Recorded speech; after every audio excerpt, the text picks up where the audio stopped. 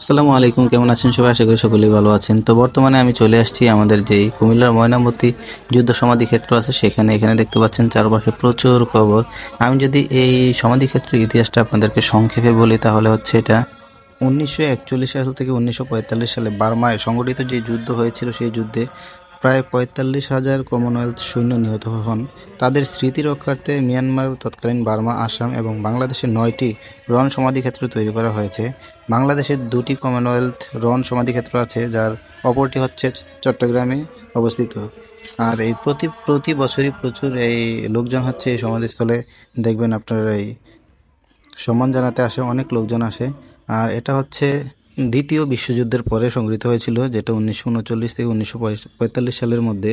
এই জায়গাটিতে আসলে আপনারা শুধু কবর ছাড়া আর কিছুই দেখতে পারবেন না। দেখেন চারপাশে শুধু কবর আর কবর, আর প্রত্যেকটা কবরে প্রত্যেকটা সৈনিকের নাম লেখা আছে এবং খুবই সুন্দর। জায়গাটা দেখতে প্রচুর মানুষ আসে বিভিন্ন জায়গা থেকে।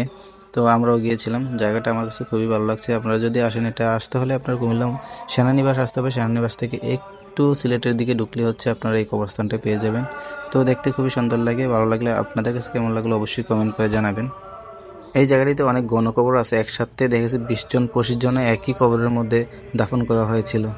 তো জায়গাটা দেখার জন্য যদি আপনারা আসতে চান, আসতে পারেন খুব সহজেই। আর জায়গাটা খুবই সুন্দর, আমার কাছে খুবই ভালো লাগছে। আপনাদের কাছে কেমন লাগলো অবশ্যই কমেন্ট করে জানাবেন।